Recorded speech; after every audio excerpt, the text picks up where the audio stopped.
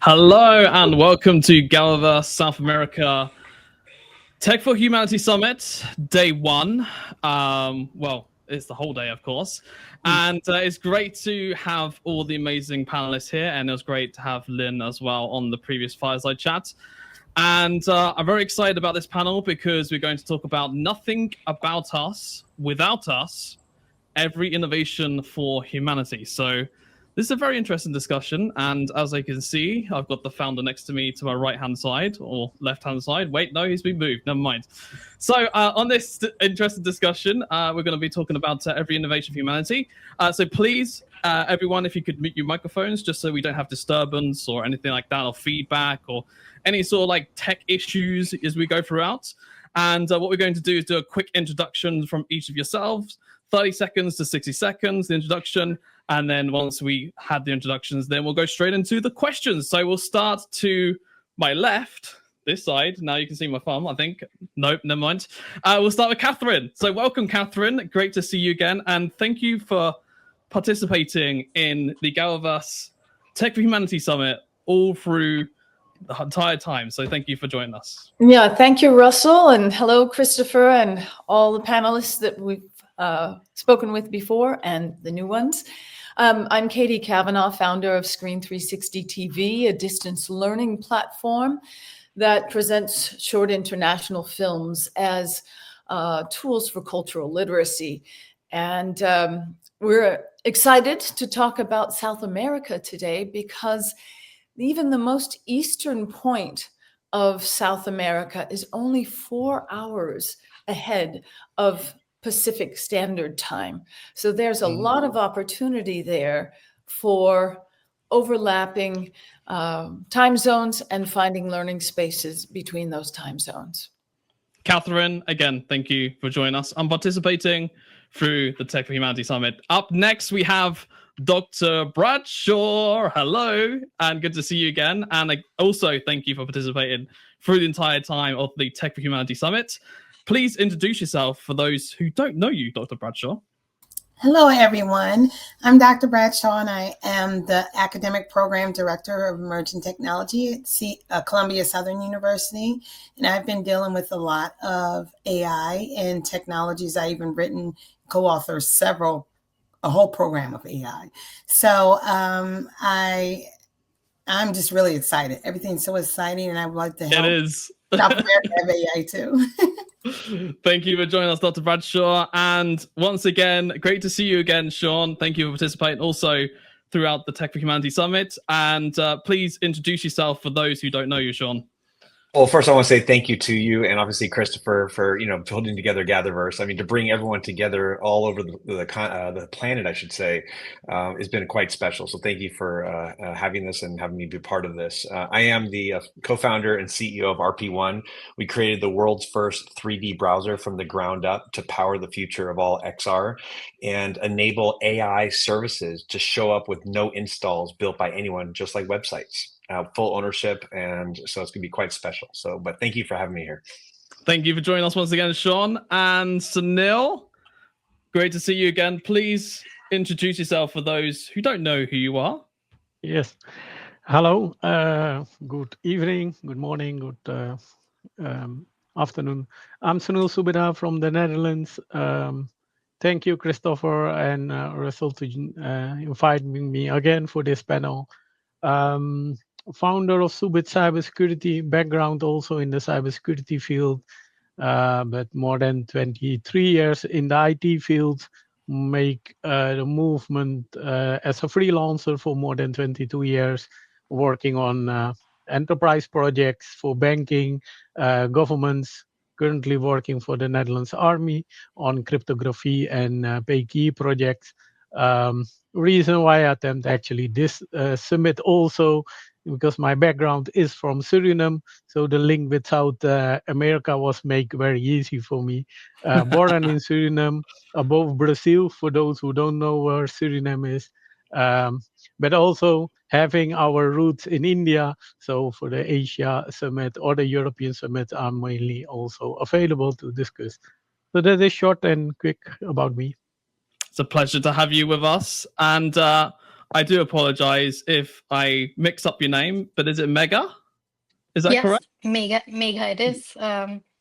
Hi Please introduce guys, yourself. hi guys, this is Megha. I work in the intersection of AI and XR. I am co-founder Menlo AI and a founding employee with Nemo Planet, where we built the world's first smart glasses for productivity use cases. So I work into innovation consulting to a lot of companies, build XR products, and also AI. Amazing, Mega. And thank you for joining us. I believe this is your first time. So It is my first time. welcome to GatherVerse, and it's a pleasure having you with us today. Thank you so much. Thank you so much for inviting me. Dr. Venue, good to see you again, Doctor. As always, please introduce yourself for those who don't know who you are, Doctor. And also unmute your microphone, please, if you could, just to make sure that we can hear you, Doctor.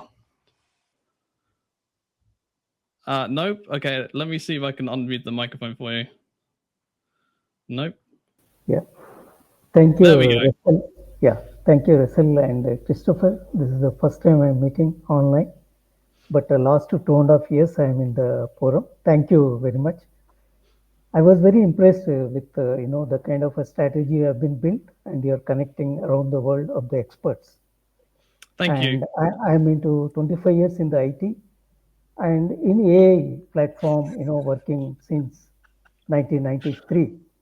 The versions of older version to as on date of 2025. Rightly, my contribution to the organizations on the board governance of AI policy making. Thank you. Thank you, Doctor. And again, it's great to see you once again. And also, thank you for joining us for Tech Humanity and participating throughout the series. And another person that's been participating throughout the series, Ian, please introduce yourself and welcome once again. Okay, hello. I am Ian Kang from South Korea. I've been pursuing the international school library education for everyone, so that anyone, absolutely anyone, could enjoy this kind of high quality education for almost for very affordable costs.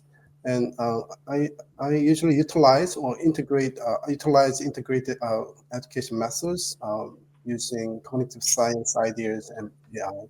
So what I'm trying to do is integrating people with integrated education methods. Like kids, affluent kids, they all have like a college experience as well, but they don't have opportunities to see the underprivileged students' perspectives. So if everybody is available to the international school education, everybody would be able to see their perspectives from each other, and they will learn that all they want is exactly the same, the human freedom and equality. They will realize that they have been just misjudged and they have been just misunderstanding each other. So that's what I'm trying to do. And that's like, I think I'm the one who has gone through, who has been experiencing all this, from top to bottom, actually from bottom to top. So I think I am the right person who can actualize this. Okay. Thank you for inviting me. Ian, it's a pleasure having you with us. And honestly, thank you for sharing that as well. And shall we introduce the last person on the panel, shall we? It's the one and only Christopher Lafayette, the founder of GatherVerse. Welcome. Greetings and happy to be here with each of you. Thank you for allowing me and permitting me to be able to join this roundtable discussion. I was so inspired by this particular subject, especially being this our concluding of this series, and to be able to join each of you, in particular with Katie and Dr. Bradshaw and Sean, and with Dr. Vigneault and Ian, who have been with us through this whole entire series for the very most part, which has been wonderful, to hear the different perspectives that you have with such a multitude of things to say, and the removal of redundancies, and to be able to express why it's so important for these summits that we have. There's so many people that are here with us at GatherVerse.live. To be surprised, I'm a little surprised for our concluding day for South America, but then I'm not at the same time. So thank you for allowing me to join, and I'm happy to sit here and to participate as a participant and to listen and to share.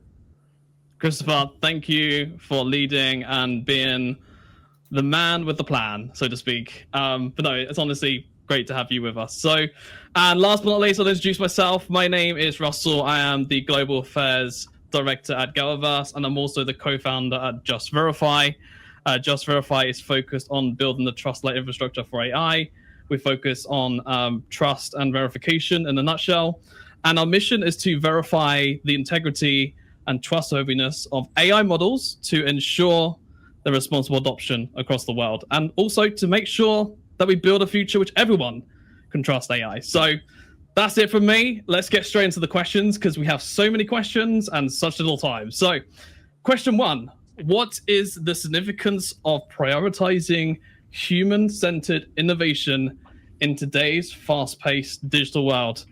Catherine, because you're nodding your head and you're right next to me, you have the honors of kicking us off. So go ahead, Catherine. Well, thank you, Russell. And we're talking about human-centered design, which I was delighted to study at Stanford through the D School and practice around the world. It's as simple as going to the need, discovering the needs in South America, where 20% of the world's oxygen comes from the Amazon. So we have to go in with curiosity and deep respect for how these people live in their environment the way they live, not with our judgments for how they should live, but the way they do. And so we have to sit quietly, listen and observe and speak to them and let them speak about their lives, which they are the experts of. 100%, Catherine. And do you know what? You always introduce us very well, Catherine. So thank you for sharing your amazing expressions today. And Bradshaw, I could see you nodding. I could see you agreeing. Tell us, what's your thoughts on this question? I think it's very important to prioritize it because with AI, a lot of some of the things that I've been seeing, and I don't know if y'all heard of Dr. Joy, she has written a book about unmasking AI and how it's not really, seeing people of color's faces appropriately. So it has to be, human-centered, but created in such a way with algorithms that are not going to have bias and that are going to be acceptable to everyone. So I think in a fast-paced digital society, we should also involve a lot of equality and humanity into it because we have to involve everyone, not just a certain face. And that's the problem now today. So I think some of the significance is even higher now to make sure it prioritizes every human and center that around every person, not just specific people. 100% agree with you, Dr. Bradshaw. And also, I think accessibility is important, transparency, accountability, ethics, human values, human alignment, all of those are extremely important when it comes to AI. And Sean, you have a very interesting perspective when it comes to the VR side of things, especially when it comes to human values and human centricity. What are your thoughts on this question, Sean? I think you have a challenge every time you introduce new technologies to the world. I think a lot of times you focus on technology first, but at the end of the day, technology serves humans, right? And you have to be human-centric on the design and what technology enables versus just being technology for technology's sake. And I think in the exploration days, you're really pushing technology because you're still figuring out how to deliver that technology. But I think you're going to see the next evolution on how you use it for human enrichment. How do you make lives better? And obviously, in building the browser, we're building technology to allow people to express themselves however they want, and giving them the freedom to actually use technology in the way they want to, whether that's e-commerce, whether that's education, gaming, social. And so we don't determine what the outcomes are. We just enable people to express themselves the same way the current browser allows us to express on 2D websites. And so for us, that is really, really important, where technology should be an enabler, not the way to express for people. Because once you take away people's ability to express for themselves, you become the product. I mean, if you really think about it, they always say that if you're not paying for something, then you are the product, which means you're basically doing all the user-generated content. You're making money for a company, but that doesn't necessarily enable you to have a better life. And I think that's a different way of looking at things, and that's why we're excited about the browser really being an enabler for the future of the internet. You do bring out some very interesting perspectives there, Sean, and I also think one core part of all this, which hasn't been expressed of yet, is when it comes to the verification side of things, right? Being able to verify its alignment with technology, its alignment with human values, setting the standards and benchmarks when it comes to human values, and making sure that it is aligned and continuously aligned with human values, and verifying that aspect as well. And of course, you can include, blockchain technology and stuff like that within that when it comes to the trust side of things. But I was just adding basically to what you're saying, Sean. So I 100% agree with what you're saying. Mega, we've got a special question for you. What type of leadership is necessary to turn nothing about us without us into a reality rather than merely a goal? What are your thoughts? So I think the leadership specifically needs to be, around people and to understand what people want and to listen to their voice. The kind of leadership that takes nothing about us without us is to co-create with people instead of creating for people. So we are always on the race to sell it to people all the time, to understand what's our audience, TAM and everything and whatnot. But it is so important to co-create with them. So at the end of the day, it becomes nothing about us without us. So we are all creating it together for the betterment of the human values, and not just to sell and reach to the trends of it and everything else. So the co-creation part of it makes sense, and this is how I think we can move forward with it without hurting the human values, and how to move this way, like ethically. So it's kind of like collaboration and ethical, Exactly. and making sure both of them come together, and humanity comes together in order to push it in the right direction. Kind of in a nutshell, Definitely. really. Yeah. Definitely.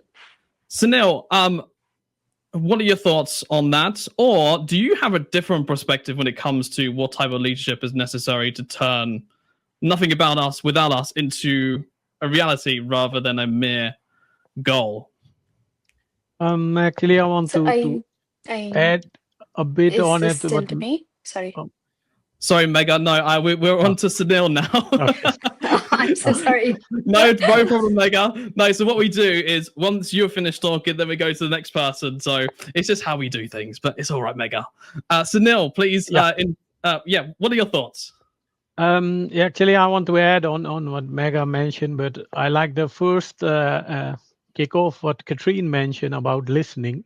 Also, so as a leadership, also a leader should be also able to listen to the audience. Quick short example: when I'm in Suriname and we are discussing, just having a chat with normal persons, mainly they say, "Oh, the foreigner is coming now to Suriname to tell us how it should be." That's not my intention, but how they pick it up is they should know it better because they are more educated, maybe, or etc. etc. But the way how they are doing, how they should doing, we should be able to first understand the basics, how they are doing, how they adapted, and which need they have. So based on that, we should be able to say, okay, so just don't want to be the bad way person who knows everything better. I ask them, can I join you in your work if you are going as a farmer? Just tell me, I'm the stupid person, just tell me what we need to do. And they explain us on a very easy, simple way how it should be. Based on that, by adapting all those information, we should be able to say, okay, this part can be help you to improve it, or move this way, or try this. This can be an approach where we should be able to proceed. So that should be my add-on on this question. I mean, I think about, like, you know, what type of leadership is necessary to turn nothing about us without us. I think it comes to, well, I mean, collaboration, yes, I completely agree with everything that Megha said, and also yourself, Sunil. But I also think about when it comes to, you know, compassion, empathy, you know, just the human centricity of yourself as an individual, and being able to bring that and putting yourself in someone else's shoes and saying, hey, if I was that person, how would I feel and how would I be in that position? How can I bring this person into what we're doing, right? So, for example, if Sean, right, for example, he was not happy, you know, let's say he was not happy for whatever reason, right? But I could put myself in his shoes and go, okay, this is the reason why he's not happy. Let me explain to him why he was, you know, that happened or whatever it may happen, right? And then I put myself into his shoes and bring him into my world and then go, okay, now we can bring me together and collaborate. So I think compassion is a part of it, empathy is a part of it, even sympathy as well is a part of it. So I think these are all qualities as well when it comes to leadership, additionally into what you're saying, Sunil. And just to add on it, I think culture is also a part what 100% need to be added or understandable. Because if you don't understand the culture, how they reach out, how they work, how they respect elder persons, etc. So there are plenty of those ways where we should be able to adapt before being the leader and saying, we will tell you how it should be. 100%, Sunil, and appreciate your input there. Dr. Venue, let's ask you this fantastic question. How do we redesign innovation ecosystems so that human dignity is the first design principle? Dr. Venue, this is a very interesting question, and maybe even kind of like a little bit of a serious question. So I'm curious to hear your thoughts on this. Because human design is, the practice is the top-down approach. Because it starts from the leadership to it should go to the bottom level. Mm-hmm. Because when we are designing and we are in the era of dignity, like two components, one is the business, another is the user, and another is employee. Because design is involving three segments. One is a business perspective, user perspective, and employee perspective. Mm-hmm. When you are designing for the business, then it should be long-term growth should be considered.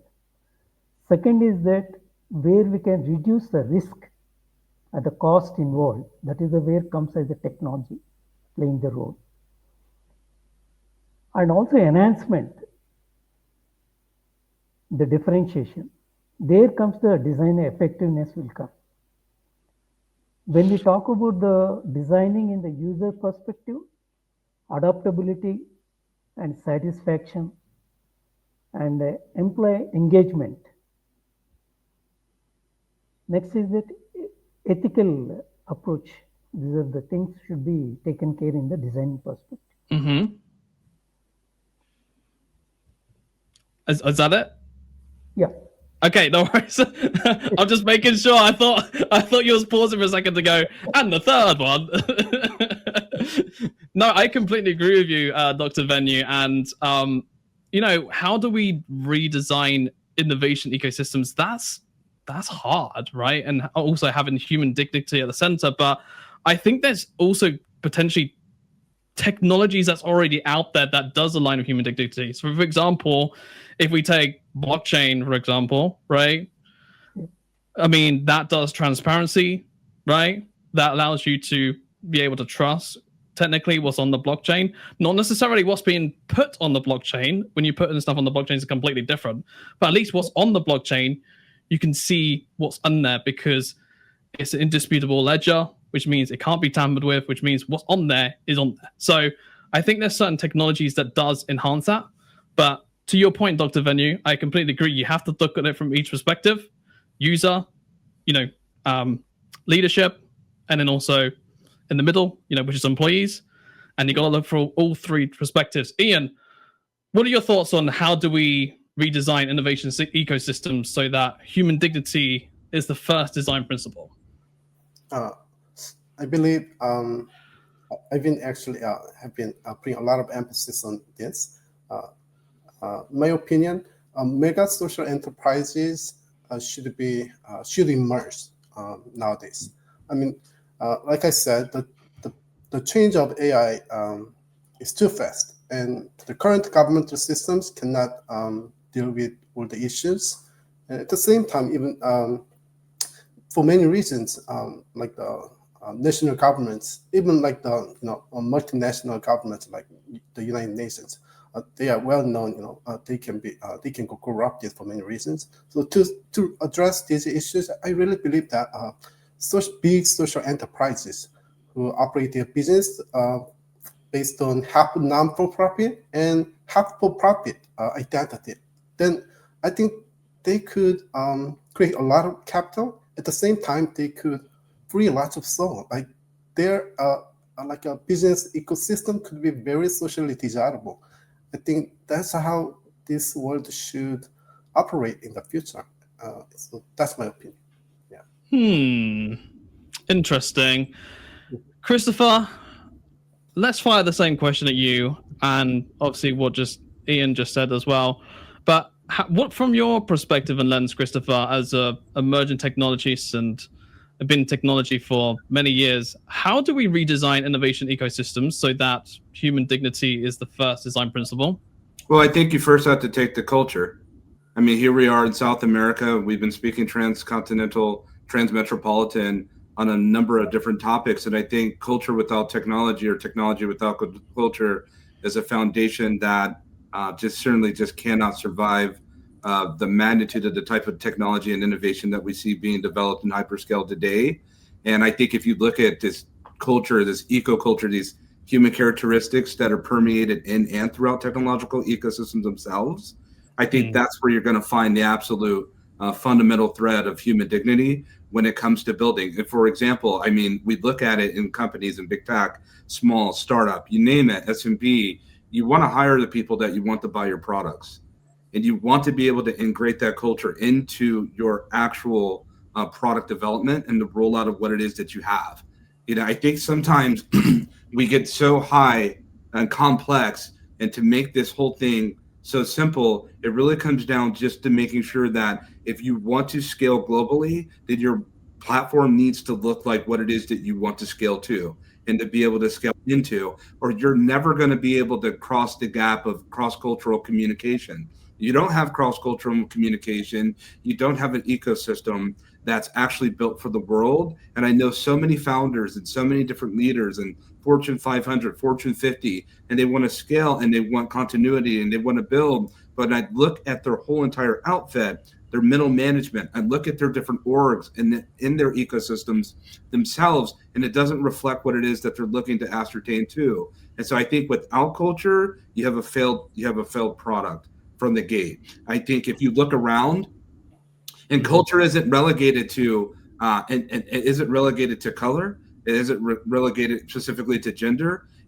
You can have 5 people, including me, that look like Ian, and we can share in the same space, all come from the same neighborhood, all come from the same culture. Going to be really difficult to be able to scale our operation outside of that limited, very thin vertical, as opposed to being able to get other people that come from other different backgrounds, other women, other different peoples of color or non, and to be able to have them sit with a different culture. And all of a sudden we're able to build out the product that we want, that we know that people are ultimately going to adopt and subscribe to. And so I would say in closing, if you look at this question, how do we redesign innovation? I don't think that we need to re-innovate or redo anything. I think we just need to go into doing what it is that we should be doing in the first place, is to be able to add in that culture that will be representative of ultimately the scalability of the product. And I will say this, whose culture? Because now we have a species called AI that's also interested into the narrative of contributing its culture. And AI is a derivative from our culture. But the problem is that when you see the type of AI that's being developed and the type of AI that's being built, that AI is coming from a limited batch of culture, and we're ingesting that culture. What does that say about us? That's true. That's true. And also, by the way, I'll just add to what you're saying, Christopher, which has literally just come to my mind while you're speaking, is values too. Value alignment and values is extremely important as well. If you want AI and you want to be using AI, well, make sure that the values align with your company, so to speak, or your personal preferences.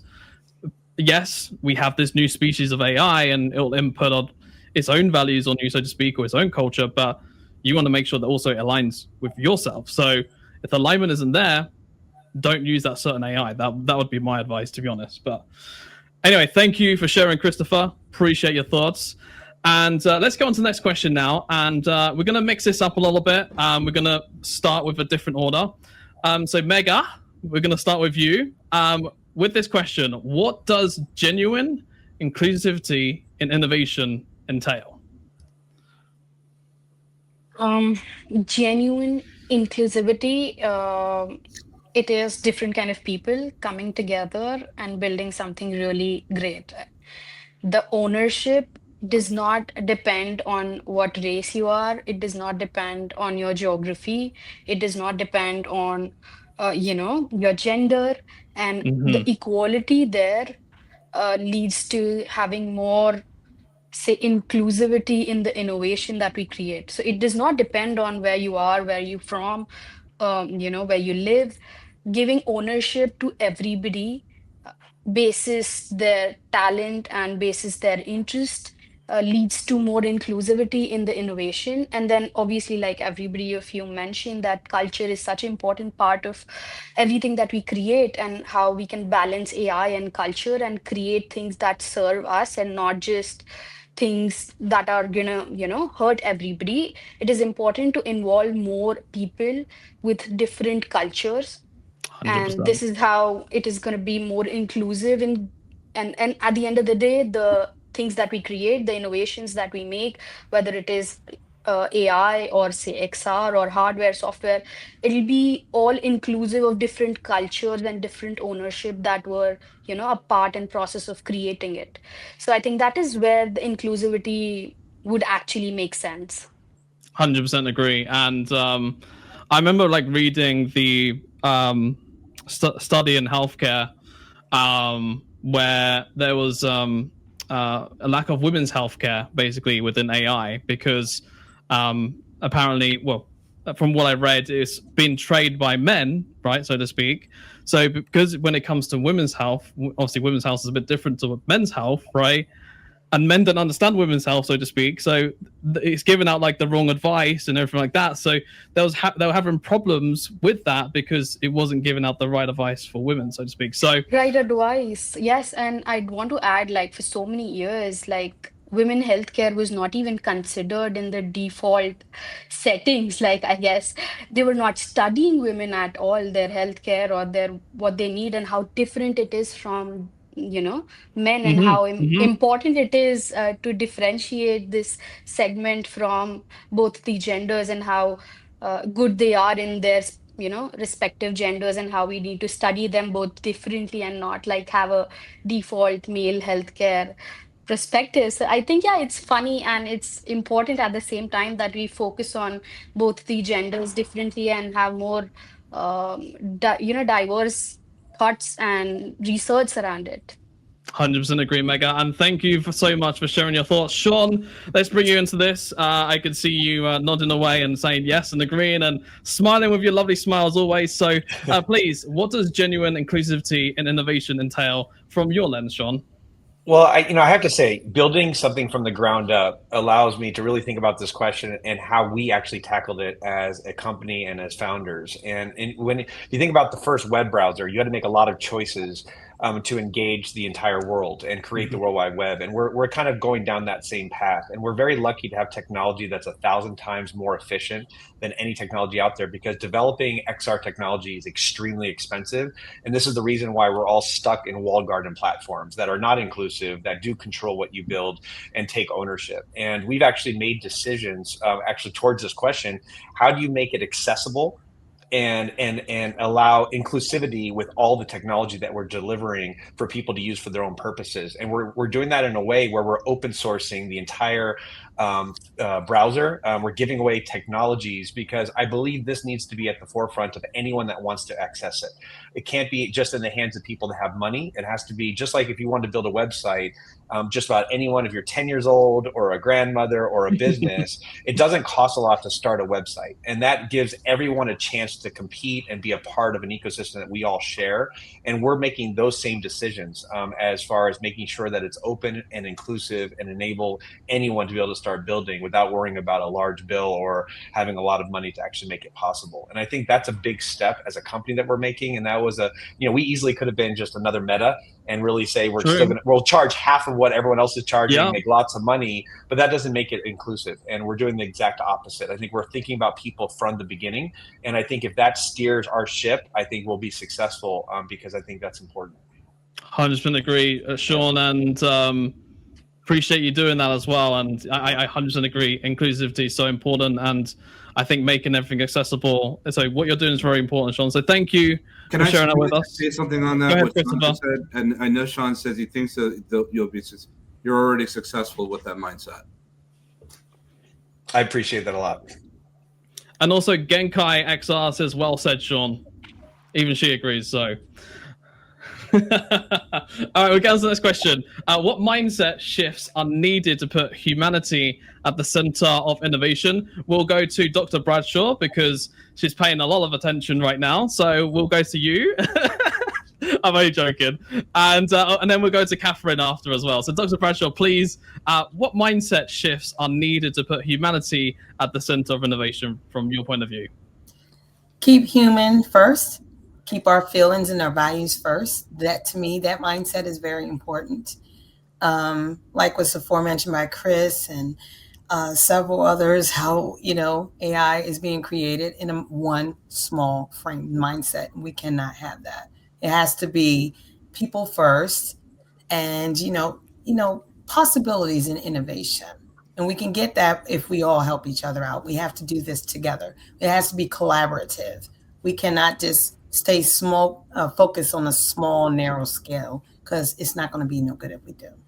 True, 100% agree with that. And everyone needs to be participating in AI, VR, and AR and XR, blockchain. I mean, all the technologies we need participation in all of it. So, Dr. Bradshaw, thank you so much for sharing your thoughts. Absolutely. And Catherine, let's go over to you now. What mindset shifts are needed to put humanity at the center of innovation? And I would like for you to be, I'm going to spin the question a little bit, Catherine. I'd like for you to be kind of very specific, maybe like one thing in particular that you might think, that mindset shift would be very needed to put humanity at the center of innovation. Okay. Well, I want to invoke Paulo Freire, the great Brazilian educator, who wrote Pedagogy of the Oppressed, and citing that the oppressors are as oppressed as the oppressed, those who are oppressed. So when thinking about designing for really contemplating one's own, I mean, that's colonization, right? We have to think about that all the time, about one's privilege. And again, returning to listening, but how do we listen? Can we meet those that we want to, again, support and engage, meet them where they are, listen, use a design technique called a cultural probe that could involve their drawings, their literature, written journals, photography, so that the responses are more authentic than spoken, perhaps, and are diverse. So I will leave that there. Paulo Freire and design techniques that meet the people where they are. Catherine, you're always insightful as always. So thank you so much for sharing that. And yeah, I agree, honestly, Catherine. I really do. And I think, you know, when we're talking about mindset shifts, also, I think, I mean, first of all, you need to be thinking about humanity. But second of all, also, I think it's also from personal experience. As in, you go through life, you grow, you mature, you adapt, your mindset changes, and you don't, you know, you're no longer like this young kid anymore. And as you grow up, so to speak, your mindset shifts, and you're able to think, okay, how do I put humanity first, or how do I like put myself in someone else's shoes, or how do I have my own values that align with me, but also align with their values too. There's an old saying, right? You treat others how you want to be treated. I mean, that says enough on the tin to me. So, but yeah, I think that's what we also need to do, is just think about, as we grow up and mature too, you know, how do we want to treat others? How do we want to be treated? And how can we collaborate to have this center of innovation together? So that's just my point of view. I could be completely wrong. You might be thinking, Russell, you're insane. What are you on about? But you know, that's just my personal thoughts. So also, go ahead, can Catherine. I just extend? I'm imagining you sitting in the Amazon on a fallen tree with a pencil and paper in your hand and listening to a group of people telling you what they need or how they do things there as you want to design AI for them. Thank you so much, Catherine. I like that vision. Now just fly me in on the drone and then we're good, and I can fly out on the drone. Okay, let's go to the next question, because I know we've run out of time, and I do want to get everyone else on the panel before we finish. So how can we make room for diverse and underrepresented groups to collaborate and drive innovation? So I'm going to start with Ian on this one, and then we'll go to Dr. Venue, because yeah, we'll go to you after. So Ian, over to you. What are your thoughts on how can we make room for diverse and underrepresented groups to collaborate and drive innovation? All right. I mean, I think that's what I'm trying to do. So the diverse and the represented groups should be included for many daily activities. And as you know, education is our daily activity, the most ordinary activity. And so when international school education is available to everybody, you know, I think, you know, this, I mean, the online education system, like, you know, like what I do, not just breaking up on my system, okay, I'm not advertising it, but as we all know, you know, internet and AI could connect all of us to each other. And so on this sort of like online metaverse room, students, even all kinds of others, any person, any kinds of people can create our own room and to learn from each other and teach each other, and that way we can develop our own brain. It could, you know, enhance our cognitive functions, and yeah, I think. At the same time, I think I've mentioned the biggest problem of spreading this kind of beneficial technologies to everyone is the heavy marketing costs. Okay. But as long as we are strongly connected to each other, I think the marketing cost is not a big deal, because we can just deliver the news, and we can share this kind of useful information to each other. So the peer-to-peer buzz, I think that could be the best marketing way as well. So I think, that's what I'm trying to. That's my. Thank you, Ian. You got to the point in the end. I love it. Thank you, Ian. Now we haven't got much time, so what I want to do is I want to get everyone's thoughts. I want to go around each and every one of us. We've got about 4 minutes left, so what I want to do is quickly go around each and every one of you and ask, what's one thing that you have learned from today's panel? So we'll keep it very short, one word if possible. Just one thing that you've learned from today's panel, just very quickly, so we can finish things off. So Christopher, we'll head over to yourself. What's one thing that you've learned on today's panel at GatherVerse today? The greater the culture, the greater the technology. Okay, Okay, Ian, what about yourself? What's one thing that you've learned at GatherVerse today? I mean, It could be anything. Could be culture. Could be values. I mean, diversity. Like, you know, it's not. Okay. I'm the only East Asian. You know, I mean, many East Asians are quite introverted, but you know, I got invited here. You know, and then we can learn from each other's like perspectives, and we can also experience the different cultural viewpoints.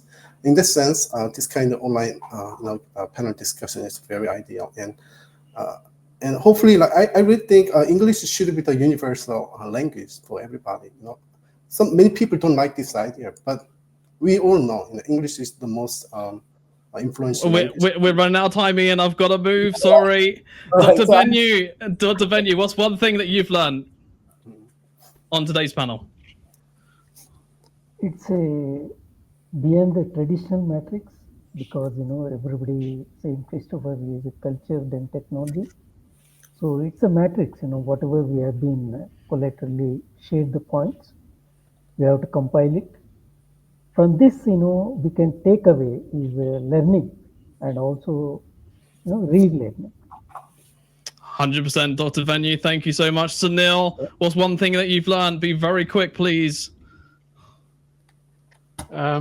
Quickly, actually, keep learning and use AI as your buddy and not let AI decide your principles. So that should be my tip. Sunil, love the honesty. Thank you. Megha, this is your first time on the panel. What's one thing that you've learned today at GatherVerse? I think the most important thing that I learned was balancing the speed of technology with ethics. Like how fast we're moving in technology. It's very important to keep empathy and ethics in our minds when we're creating it. 100%, Megha, and I completely 100%. Dr. Bradshaw, quickly, one thing from yourself. What have you learned today at GatherVerse? Values are important. 100%. I love that. Dr. Bradshaw, you're awesome. Thank you. That was so straight to the point. Love it. Sean, what about yourself? When you focus on people, you can change the world. Oh, Sean. Oh, dropping the bombshells. And last but not least, Catherine.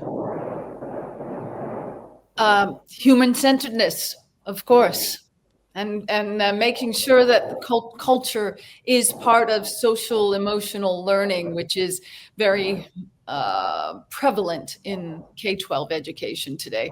It must be SCEL, social, cultural, emotional learning. And that is all we have the time for. Thank you so much, panelists, for joining us. Make sure you follow each and every one of you on LinkedIn. Make sure you check out all the amazing people. Today has been such an amazing roundtable. It's been very insightful, so much insights, and very enthusiastic. I love the panel today. So please do follow everyone on LinkedIn. And that is it for this panel. And up next, our Gather was well. But up next, we have the amazing Lynn, who's coming up with a fireside chat for you. So our Gather was well. Over to you, GatherVerse team. See you later. Thank you.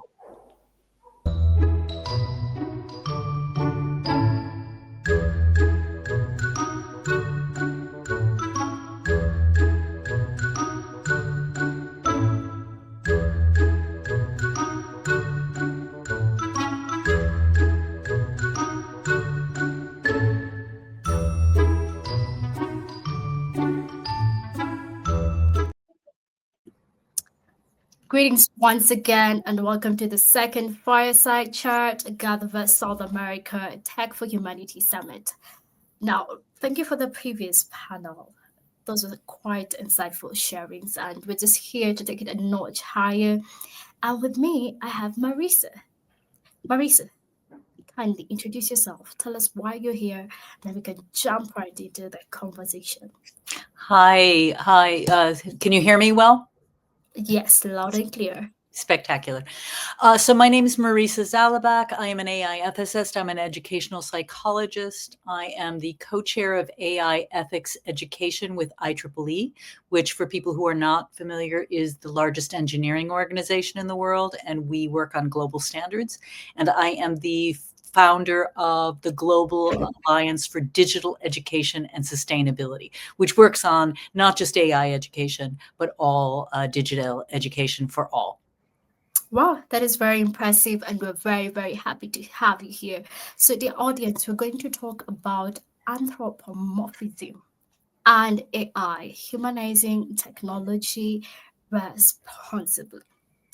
Marisa, let's settle in for this intriguing conversation.